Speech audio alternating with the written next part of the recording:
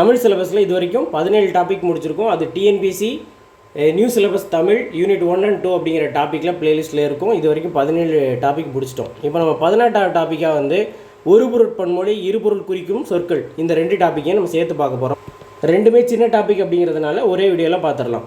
இப்போ இது எங்கே இருக்குது அப்படின்னா பழைய புக்கில் 10th 4வது பாடம் ஒரு பொருட்பன்மொழி வினா விடை வகைகள் ஒரு பொருட்பன்மொழி அப்படின்னு இருக்கும். ஸோ அந்த பாடத்தில் படிச்சுக்கலாம். புதிய புத்தகம் அப்படின்னு பார்க்கும்போது 6ஆம் வகுப்பில் 2வது டேர்மில் முதல் பாடம், அதே மாதிரி 3வது டேர்மில் 2வது பாடம் அதில் மொழித்திறனில் இருக்குது. அதே மாதிரி 7th முதல் பருவத்தில் முதல் பாடமும் 2வது பருவத்தில் 2வது பாடமும் என்ன கொடுத்துருக்காங்க அப்படின்னா மொழித்திறன் பகுதியில் இதை பற்றி கொடுத்துருக்காங்க.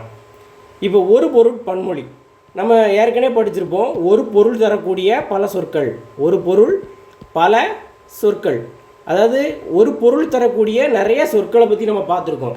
அதுக்கும் இதுக்கும் ஒரே வித்தியாசம் தான் இருக்குது. என்ன அப்படின்னா இங்கே ஒரு பொருட்பன்மொழி என்ன அப்படின்னா ஒரு பொருளை தரக்கூடிய பல சொற்கள் தொடர்ந்து வரும். அதுதான் ஒரு பொருட்பன்மொழி. நம்ம ஏற்கனவே பார்த்துருக்கோம். ஒரு பொருள்னால் அதுக்கு நிறையா சொற்கள் இருக்கும். இப்போ எடுத்துக்காட்டா கடல் அப்படின்னா ஆழி, முன்னீர், இப்படியெல்லாம் நிறையா இருக்கும். ஆனால் அது எல்லாமே தனித்தனியாக ஏதோ ஒரு இடத்துல நம்ம படிச்சிருப்போம். ஒரு பொருட்பன்மொழி அப்படிங்கிறது என்ன அப்படின்னா ஒரு பொருளை தரக்கூடிய சொற்கள் எப்படி இருக்கும் அப்படின்னா தொடர்ந்து வரும். அதுதான் ரொம்ப முக்கியம். அவ்வளோதான், ரொம்ப சிம்பிள் இந்த டாபிக். ஒரு பொருட்பன்மொழி அப்படின்னா ஒரு பொருளை தரக்கூடிய பல சொற்கள் பன்மொழி. மொழி அப்படிங்கிறது சொல்லை குறிக்கும். பல சொற்கள் தொடர்ந்து வரும். அதுதான் இங்கே முக்கியம். சரி, இதுக்கான எடுத்துக்காட்டு திருமால் குன்றம் உயர்ந்து ஓங்கி நிற்கிறது. இங்கே 2 வார்த்தை வருது. ஒன்று என்னது உயர்ந்து, இன்னொன்று ஓங்கி. அப்போது இங்கே உயர்ந்து ஓங்கி ரெண்டுமே என்ன பொருளை தருது? உயர்வு அப்படிங்கிற உயர்வான பொருளை தருது. ரெண்டுமே ஒன்று தான். உயர்ந்துனாலும் உயர்ந்து நிற்குது, ஓங்கி நிற்குதுனாலும் மேலே உயர்ந்து நிற்கிறது அப்படிங்கிற பொருள் தான். அடுத்ததாக அந்த ஏழை குழந்தையின் கண்கள் குளித்தாழ்ந்து. அப்போது இது குளித்து அப்படின்னு குறிக்குது. இங்கே ஆழ்ந்து, குளித்து ஆழ்ந்து.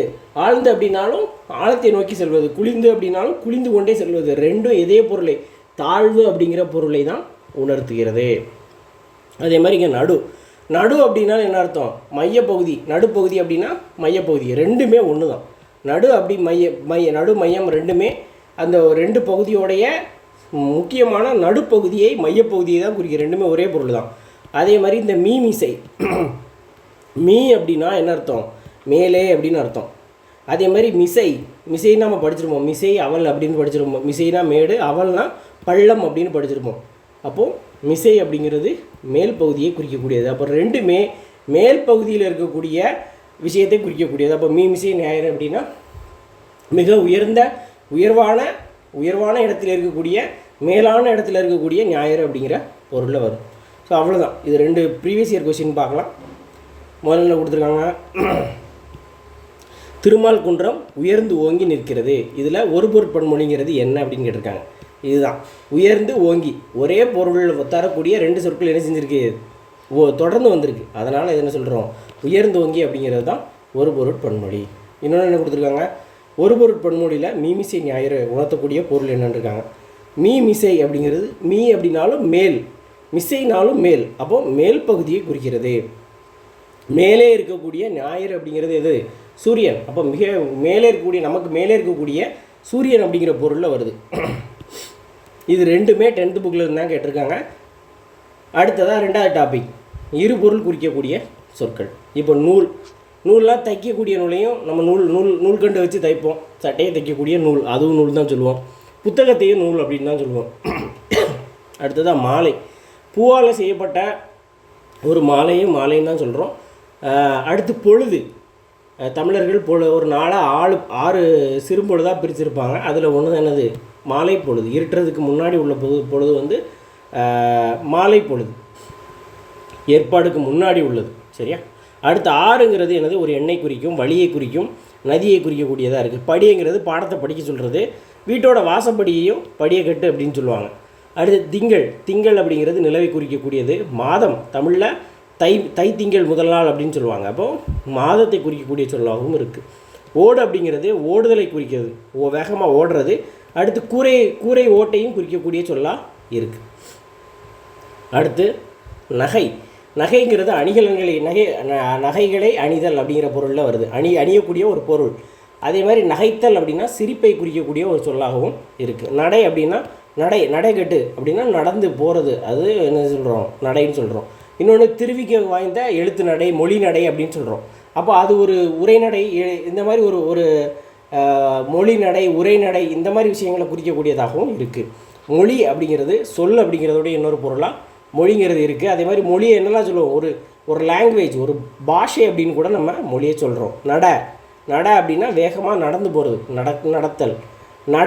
நடு நாற்று நட வந்தார்கள் அப்படின்னு சொல்லுவோம். அப்போ ஒரு பொருளை நட்டு வைக்கிறதையும் நட அப்படின்னு சொல்லலாம். வழக்கு, நீதிமன்றத்தில் வழக்கு நிலுவையில் இருக்குது அப்படின்னு சொல்லுவாங்க.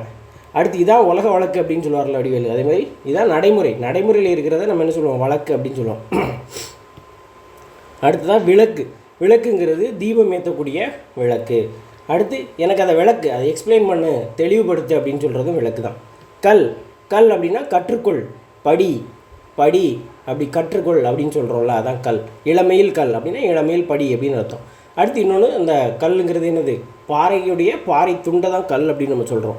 இடி, மேகத்திலேருந்து வரக்கூடிய அந்த இடி. இன்னொன்று, இடினா ஏதாவது ஒரு பகுதியை இடித்து தகர்த்து விடு அப்படின்னு அர்த்தம். திரை, அலையை திரைக்கடல் ஓடியும் திரைவியம் தேடுன்னு சொல்லுவாங்க. அப்போது அலைகளுடைய கடல் அப்படின்னு அர்த்தம். அலையை தான் திரை அப்படின்னு நம்ம சொல்கிறோம். அடுத்து திரை, இன்னொரு திரை தீ பிடிக்கும் அப்படின்லாம் சொல்கிறோம்ல, அப்போது திரைச்சீலை, அந்த ஓவியங்கள் வரையக்கூடிய இடம். அதே மாதிரி திரைப்படங்கள் படக்கூடிய அந்த திரையை என்ன சொல்கிறோம், ஸ்க்ரீன், திரைச்சீலை அப்படி சொல்கிறோம். கலிங்கம் அப்படிங்கிறது ஒரு காலத்தில் தமிழர்களுடைய துணியாக ரொம்ப ரொம்ப மெல்லிய ஒரு துணி அப்படின்னு சொல்லுவாங்க, கலிங்கம் அப்படிங்கிறது. அடுத்து அது ஆடை, அதான் அந்த துணின்னு சொல்கிறாங்க. இன்னொன்று நாடு, அதான் கலிங்கத்து பரணி, அதாவது தோற்ற நாடு தான் கலிங்க நாடு. அப்படி தோல்வியுற்ற நாட்டோட பேரில் பாடக்கூடிய ஒரு பாடல் தான் கலிங்கத்து பரணி அப்படின்னு சொல்லுவாங்க. இந்த கலிங்கம் அப்படிங்கிறது இப்போதைய ஒடிசா அப்படின்னு சொல்லுவாங்க, ஒடிசாவில் இருக்குது அப்படின்னு சொல்லுவாங்க. அடுத்து கலை அப்படின்னா ஒரு விஷயத்தை கலைச்சி விடுறது, பிரித்து விடுறது, கலைக்கிறது, அந்த மாதிரி. இன்னொன்று கலை, ஆர்ட், படைப்பாற்றல், அது ஒரு நுண்ணிய ஒரு திறமை, ஒரு ஸ்கில்லு. இப்போ வித்தை அப்படின்னு கூட சொல்லலாம், அது ஒரு ஸ்பெஷலான ஒரு ஸ்கில், படைப்பாற்றல். அடுத்து கவினா பாடல் அப்படின்னு பொருள். கவிஞர்கள், பாடல் இயற்றுபவர்கள் கவிஞர்கள். கவினா குரங்கு. இதை காலமேக புலவர் கூட இந்த புலவர்களை சொல்கிற மாதிரி புலவர்களை குரங்குக்கு ஒப்பிட்டு பாடுவார்.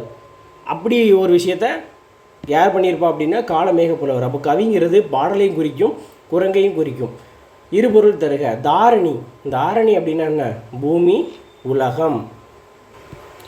தாரணி, உலகம், புவி, பார், இதெல்லாமே உலகத்தை குறிக்கக்கூடிய சொற்கள்.